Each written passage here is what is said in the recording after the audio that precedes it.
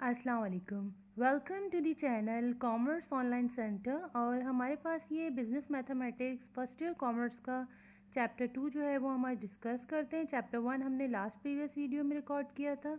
The name of the chapter is ratio, proportion and percentage. हम उन्हीं तमाम questions को ज़्यादा फॉलो करेंगे जो पेपर पॉइंट ऑफ व्यू से इंपॉर्टेंट है।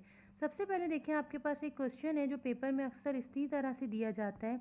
Example number 2.11, the find the ratio of 30 minutes to 1.5 hours. ठीक है, देखिए एक आपके पास रेशियो फाइंड आउट करना है। रेशियो हम बचपन में भी फाइंड आउट करते थे कि किसी भी चीज़ का सिंपल सा आपको दे दिए जाते थे दो वैल्यूज़, उनका आपको रेशियो फाइंड आउट करना होता था, मतलब 3:4, 4:5।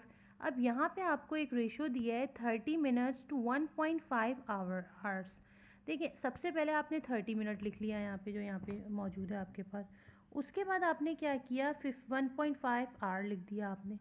अब होता क्या है, देखिए 30 मिनट जो है आपके पास, इस अब हमें कन्वर्जन देखना है कि कौन सी ऐसी कन्वर्जन है जो हम इजीली कन्वर्ट कर सकते हैं।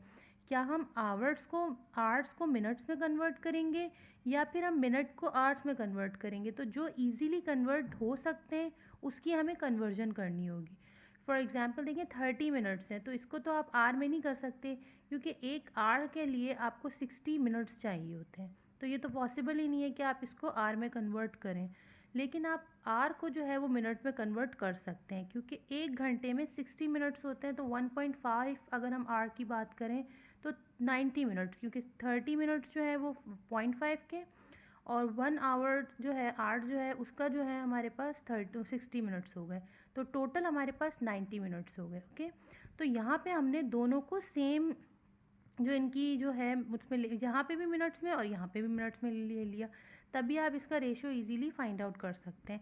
अब आप उसको सिंपली जो है वो डिवीजन में लिखेंगे। यहाँ 30 आ गया डिवाइडेड बाय 90, जो आपके न्यूमरेटर और डिनोमिनेटर में आप लिख दिया। आपने सिंपल ज़ीरो से ज़ीरो कैंसिल आउट किया और उसके बाद आपके पास यहाँ पे क्या गिवन है। अब ज़ीरो से ज़ीरो जब आप माइनस कट कर देंगे तो आपके 3 1 3 और 3 3 9। तो आपके पास ये जो फ्रैक्शन आया है, ये रेशियो बन रहा है 1/3। अब इसको आप इस तरह भी लिख सकते हैं 1:3। तो this is the solution of 2.1।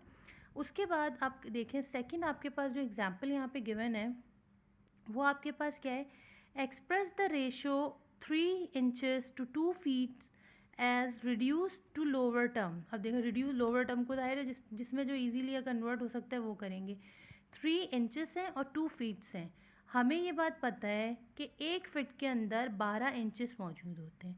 तो आप 3 इंचेस को फिट में नहीं कन्वर्ट कर सकते। तो जाहिर सी बात है पॉसिबिलिटी इजीली यही है कि आपको जो है वो जो आपके 2 फीट्स है इसको आप इंचेस में कन्वर्ट करेंगे। अब आपके पास यहाँ पे 3 इंचेस है, तो आपने 3 इंचेस को एज इट इज़ रहने दिया because you can not change the inches into feats.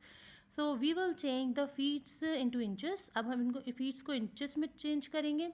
For example 1 feet is equal to 12 inches, that's why we have 2 inches. तो 2 inches is equals to 24 inches. अब यहाँ पे आपने कन्वर्ट कर लिया। अब इसका डायरेक्ट आपको फ्रैक्शन लेना है। 3 के टेबल से ये इजीली जो है ये सिंप्लीफाई हो सकता है, क्योंकि देखें 3 1 3 और 3 8 जो है वो 24 होता है। तो the ratio of this is 1:8। तो ये तो सिंपल आपके पास रेशियो होता है, ज़रूरी नहीं है सिर्फ यही आ सकता है, किसी भी चीज़ का रेशियो दे सकते हैं। लेकिन उसके लिए आपको एक नॉलेज पता होनी चाहिए कि जैसे अब यहाँ पे फीट्स, और आपको पता होना चाहिए कि अगर 1 फीट में कितने इंचेस हैं। तो कुछ पैरामीटर्स आपको हम देंगे, जैसे आवर्स हो गए, इंचेस हो गए, मिनट्स हो गए। इसी तरीके से और भी कुछ चीज़ें हैं जो हम डिस्कस करेंगे इंशाल्लाह नेक्स्ट। मैं आपको एक चार्ट सेंड कर दूँगी शॉर्ट्स में।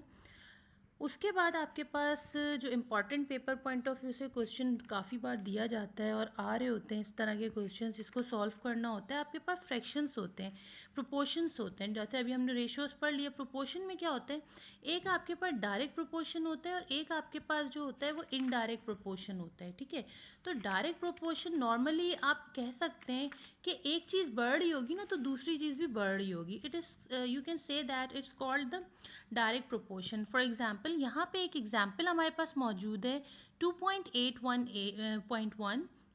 यहाँ पे प्रोपोर्शन की एक एग्जाम्पल है आपके पास। देखें, the cost of 10 chairs is ₹3250। Find the cost of 7 chairs. अब आपके पास देखें, अगर आपके पास 10 चेयर्स हैं, ठीक है, तो उसकी कॉस्ट आपके पास कितनी आ रही है, 3250, ठीक है।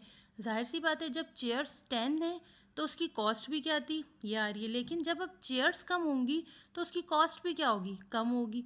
इसी तरीके से अगर यहाँ पे 15 चेयर्स होती तो उसकी जाहिर है, जब आपके पास चेयर्स बढ़ रही हैं तो उसकी कॉस्ट भी बढ़ रही होगी। तो जब एक चीज़ बढ़ रही है और दूसरी चीज़ भी बढ़ रही है तो you can say that it is called the direct proportion, okay. अब देखिए इसको किस तरह सिंप्लीफाई करते हैं और सॉल्व करते हैं। आपके पास यहाँ गिवन है, आपने पहले क्या लिखा, कॉस्ट, एक आपके पास कॉस्ट गिवन है, ठीक है, चेयर्स की। दूसरा आपके पास नंबर ऑफ चेयर्स मौजूद है। दो चीज़ें आपके पास गिवन है, एक कॉस्ट और एक नंबर ऑफ चेयर्स, जो भी क्वेश्चन में चीज़ गिवन होगी। सबसे पहले आपके पास 10 चेयर्स हैं जो आपके पास गिवन है, जिनकी कॉस्ट आपको बता दी है 3250, 3250। और यहाँ पे आपको ये बताना है कि 7 चेयर्स की कॉस्ट क्या है। तो आपने क्या करना है, पहले इसका प्रोपोर्शन बनाना है कि देखें, आपको जो चीज़ मालूम करनी है उसको आप एक्स से डिनोट करेंगे। एक्स इज अब एक्स रेशो, और क्या चीज़ फाइंड आउट करनी है आपको, 3250। ये आपने, ये चीज़ आपने इसमें जो चीज़ देखें, यहाँ भी आपको ये कॉस्ट है, यहाँ पे आपको कॉस्ट फाइंड आउट करनी है तो एक्स आपने यहाँ लिख दिया, और यहाँ पे आपने जो एक की 10 शेयर्स की कॉस्ट थी वो फाइंड आउट कर दी, ये आपने रेशो। अब आपके पास यहाँ नंबर ऑफ़ चेयर्स थी, यहाँ पे आपके पास पता था आपको 7 चेयर्स की आपको फाइंड आउट करनी है, 10 चेयर्स की आपको पता है जिसकी कॉस्ट यहाँ पे मौजूद है, जिसकी मालूम करनी है उसकी आपके पास 7 चेयर्स हैं, यहाँ पे हमने मेंशन कर दिया है। अब इसको आप प्रोपोर्शन में लिखेंगे, एक्स यहाँ पे आ जाएगा, डिनोमिनेटर में आपके पास जो है इसकी वह कॉस्ट आ जाएगी। यहाँ पे भी आपने 7 यहाँ लिख दिया और 10 ये लिख दिया, मैथमेटिक्स सॉल्यूशन है। अब यहाँ पे देखें, x तो वैसे ही रहेगा जैसे है, यहाँ पे इज इक्वल्स टू ये चीज़ वैसे ही रही है, यहाँ पे ये चीज़ डिवाइड हो रही है, ये यहाँ इज इक्वल्स टू के उधर जाके मल्टीप्लिकेशन हो जाएगी। आपने क्या करना है, अब दोनों को 10 divided by 10, 7 divided by 10 multiply by 3250, तो आपके पास ये जो कॉस्ट आई है ये 7 चेयर्स की कॉस्ट आई है, विच इज़ डायरेक्ट प्रोपोर्शन, ठीक है। एक तो एग्जाम्पल ये दिया था। उसके बाद आपके पास यहाँ पे एक और चीज़ मौजूद है, 9 copies of a book cost ₹1215। आपके पास 9 कॉपीज़ हैं, ठीक है, जिनकी कॉस्ट है आपके पास 1215, ठीक है। उसके बाद how many can be bought for ₹1755। भाई देखिए, जब 9 कॉपियाँ थी और उसकी कॉस्ट जो है वो ये आ रही थी, तो जब आपकी कॉस्ट बढ़ी है तो इसका मतलब कॉपीज़ भी बढ़ी होंगी, that's why it's called the direct relation. अब इसी सेम एज इट इज़ आपके पास यहाँ क्या मौजूद है, नंबर ऑफ बुक्स मौजूद हैं और कॉस्ट मौजूद है, ठीक है। अब आप ये मत सोचिएगा ये चीज़ इधर क्यों लिख दी, आप इधर भी लिख सकते हैं, इधर भी लिख सकते हैं, बस आपको प्रोपोर्शन बिल्कुल करेक्ट बनाना है। अब यहाँ पे जो चीज़ फाइंड आउट करनी है वो एक्स से डोनेट की, और कितनी बुक्स का आपको पता है, 9 बुक्स का पता है। यहाँ पे आपको ये चीज़ कॉस्ट फाइंड आउट करनी है कि ये कितनी बुक्स की कॉस्ट है, और ये आपको पता है कि नहीं 9 बुक की कॉस्ट है। तो वैसे आपने डिनोमिनेटर में लिखा एक्स और डिनोमिनेटर 9 इज़ इक्वल्स टू, आपके पास यहाँ पे आ गया 17, और उस 1755, 1755, यहाँ पे 1215। उसके बाद सेम एज इट इज़ यहाँ पे एक्स उतार दिया आपने, इज इक्वल्स टू, ये वैल्यू वैसी आ गई। यहाँ पे 9 डिवीजन में आ रहा है, जब इज इक्वल्स टू के उधर जाएगा तो ये मल्टीप्लिकेशन में आ जाएगा। दोनों को आपने डिवाइड की, 1755 divided by 1255 multiply by 9 is equals to 13 book. देखें जिस तरह कॉस्ट बढ़ी तो बुक्स भी बढ़ गई 13, this is called the direct relation. लेकिन इन्वर्स रिलेशन में क्या होता है कि अगर एक चीज़ कम हो रही है तो एक चीज़ बढ़ रही होगी, एक चीज़ बढ़ रही है तो एक चीज़ कम हो रही होगी। अब वो किस तरीके से हो रही है, हम एक एग्जाम्पल देख लेते हैं, उसके तहत आपको अंदाज़ा हो जाएगा। फॉर एग्जाम्पल यहाँ पे आपके पास एक क्वेश्चन दिया हुआ है, how many paint how 9 mans paint a building in 21 days. 9 लोग पेंट कर रहे हैं एक बिल्डिंग को 21 दिन में। 9 लोग हैं जो 21 दिन में पेंटिंग कर रहे हैं बिल्डिंग को। हमें ये बताना है how long would 7 man take. अगर लोग कम हो जाएंगे तो डेज क्या होंगे, डेज भी कम होंगे। अगर ऐसा होता कि लोग भी कम होते तो डेज भी कम होते, तो it's called the direct relation. लेकिन हमें ये बात पता है कि जब 9 लोग एक बिल्डिंग को पेंट कर रहे हैं 21 दिन में, तो जब लोग कम होंगे तो डेज बढ़ेंगे, जाहिर सी बात है काम की एफिशिएंसी कम होगी। तो this is called the inverse relation, ठीक है। अब ये इन्वर्स रिलेशन है। अब इसमें क्या करना है, सेम एज इट इज़, एक आपके पास मैन था और एक आपके पास डेज थे। कितने मैन थे, 9 मैन्स थे और 7 मैन्स थे, जिसमें से आपको 7 मैन जो है उनका आपको फाइंड आउट करना है। या 21 आपने फाइंड आउट कर लिया या एक्स आपने, सेम एज इट इज़, यहाँ पे 9 डिवाइडेड बाई 7 और यहाँ पे आपने x डिवाइडेड बाई 21। अब x आपने क्या किया, इज इक्वल्स टू के इधर जाहिर है सेम ये पूरी वैल्यू आप वैसे ही रहने देंगे, कुछ नहीं, सेम एज इट इज़ वही काम करेंगे। ये वहीं आ गया, ये मल्टीप्लिकेशन इज इक्वल्स टू के उधर गई है, तो आपके पास मल्टीप्लाई बाय 21। अब देखें x is equals to 24 means कि 7 लोग अगर एक बिल्डिंग को पेंट कर रहे हैं तो वो 24 डेज लेंगे, डेज बढ़ जाएंगे, लोग कम होंगे तो डेज बढ़ जाएंगे। वही 9 लोग जब पेंट कर रहे हैं बिल्डिंग को तो वो 21 डेज ले रहे हैं। तो it's called the inverse relation, this is called the direct relation. जब एक चीज़ की कॉस्ट बढ़ेगी तो उसकी चेयर्स, जाहिर है चेयर्स की कॉस्ट बढ़ेगी, चेयर्स बढ़ेंगी तो कॉस्ट भी बढ़ेगी, तो it's called the direct relation, ठीक है। It's called the inverse relation, it's called the direct relation. एक ये क्वेश्चन बहुत ज़्यादा आ रहा होता है पेपर पॉइंट ऑफ व्यू से। एक आपके पास इस तरह से प्रॉफिट एंड लॉस का क्वेश्चन दिया जाता है। देखिए सी से डोनेट किया जा रहा है यहाँ पे cost of an item, S is equals to selling price of an item, then S minus C is equals to profit or markup. R is equals to rate of profit on cost. Then आपके पास देखिए, अगर आपके पास rate आपको find out करना है तो you have a formula S minus C divided by C.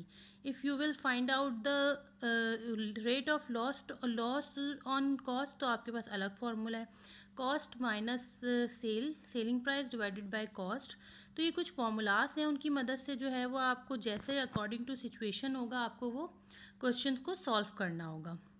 अब हम डिस्कस कर लेते हैं। यहाँ पे देखें एक क्वेश्चन गिवन है हमारे पास, क्या चीज़ है आपके पास, अ मैन बाय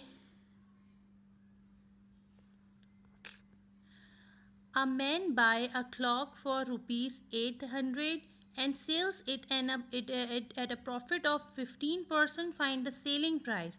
आपको सेलिंग प्राइस को फाइंड आउट करना है। एक मैन है जिसने बाय की है क्लॉक 800 की और उसको सेल करना है 15% प्रॉफिट पे, find the selling price. C is equals to 800, जो कॉस्ट है आपके पास कितनी है 800 है, और रेट आपके पास 15% है विच इज़ प्रॉफिट रेट, जो कि आप इसको 15 को डिवाइडेड बाय 100 करेंगे तो आपके पास 0.15 आ जाएगा। फॉर्मूला आपके पास क्या है, जब आपको सेलिंग प्राइस फाइंड आउट करनी होती है, the formula which we have S is equals to C which is cost bracket 1 minus R rate which is profit। Cost आपके पास 800 थी, आपके पास 1 जो है वो कॉमन है क्वेश्चन के अंदर, प्लस आपके पास जो रेट आपके पास प्रॉफिट रेट है वो आपके पास 0.15 है। पहले ब्रैकेट सॉल्व होता है तो 1 प्लस 0.5 1.15 मल्टीप्लाई करेंगे तो आपके पास ये आ जाएगी सेलिंग प्राइस। एक चीज़ की कॉस्ट थी कितनी आपके पास 800 और उसकी जो सेलिंग प्राइस थी वो 900 है आपके पास। इसी तरह सेकंड क्वेश्चन जो है उसमें आपको क्या फाइंड आउट करना है, आपके पास सेलिंग प्राइस भी गिवन होगी और कॉस्ट प्राइस भी गिवन होगी, आपको परसेंटेज फाइंड आउट करना है। जैसे यहाँ पे ये चीज़ जो है ना, ये चीज़ आपको फाइंड आउट करनी है। वो क्या तरीका होगा, एक हेड है जो आपने कितने की बाय की है 150 की और उसको सोल्ड कर दिया आपने 120 का, what is the percentage loss. अब परसेंटेज लॉस हमें, क्योंकि दायरे है एक चीज़ जो कितने की थी 150 रुपये की थी लेकिन आपने उसको 120 रुपये की सेल कर ली तो परसेंटेज लॉस होगा, परसेंटेज प्रॉफिट नहीं होगा। हाँ इनकेस अगर ऐसा होता कि यहाँ पे एक चीज़ आपने ख़रीदी होती 170 रुपये की और आप उसको बेच रहे होते 200 रुपये की तो परसेंटेज प्रॉफिट आप फाइंड आउट करते। तो यहाँ पे देखें लॉस कितना आ रहा है, 30 रुपीज़ का लॉस हो रहा है। 150 minus 120 cost price minus selling price, तो आपके पास 30 रुपीज़ का लॉस आ रहा है। आपने फार्मूला पुट किया 30 रुपीज़ आ गए। यहाँ पे फार्मूला क्या होगा, रेट फाइंड आउट करने का फार्मूला क्या है, आर इज इक्वल्स टू, आपके पास सबसे पहले जो आपके पास जो गैप आ रहा है जो हमने लास्ट टाइम ऊपर डिस्कस किया था कि जब हमें परसेंटेज प्रॉफिट फाइंड आउट करना होगा तो सेलिंग में से कॉस्ट माइनस करेंगे, जब हमें लॉस फाइंड आउट करना होगा तो कॉस्ट में से सेलिंग माइनस करेंगे और डिवाइड करेंगे कॉस्ट से। यही हमने यहाँ किया, जब परसेंटेज आ गया तो आपके पास 30 आ गया और उसको डिवाइड किया कॉस्ट प्राइस से जो कि 150 थी multiply by 100, the rate which we have 20% जो है वो प्रॉफिट लॉस रेशियो है हमारे पास, ठीक है, जो हमारे पास रेट आया है। इसी के साथ अगर हमारे पास लास्ट क्वेश्चन हम देखें जो हमें फाइंड आउट करना होता है उसमें क्या गिवन है आपके पास, देखें अभी हमने क्या फाइंड आउट किया था, कॉस्ट सेलिंग प्राइस। अब यहाँ पे हमें सेलिंग प्राइस गिवन है और हमें फाइंड आउट क्या करना है, हमें यहाँ पे फाइंड आउट करना है कॉस्ट प्राइस। एक क्वेश्चन में हमने सेलिंग प्राइस फाइंड आउट की, एक क्वेश्चन में हमने परसेंटेज फाइंड आउट की प्रॉफिट लॉस की, और दूसरे क्वेश्चन में हमें सेलिंग प्राइस फाइंड आउट करनी, so cost price find out करनी है।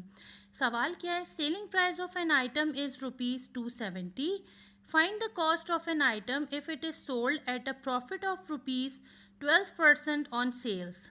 S is equals to S, which is selling price, which we have 270, rate we have 12%, which we will divide it 1000, the result we have 0.12. C is equals to S bracket 1 minus R. So here we have a selling price 270 bracket 1 minus 0.12. So first we will solve the bracket. So 1 minus 0.1, which we have 0.88, then we will multiply the 0.88 with 270. So the result we have, the answer we have 237.60, which we have the cost. तो ये हमारे पास cost आ गई है। सवाल में हमने तीनों तरह से सॉल्व कर लिया। फर्स्ट में हमने जो है वो सेलिंग प्राइस को फाइंड आउट करना था, इसमें हमने कॉस्ट प्राइस को फाइंड आउट कर लिया, और लास्ट में जो है वो हमने प्रॉफिट को फाइंड आउट कर लिया। Thank you very much. अल्लाह हाफिज़।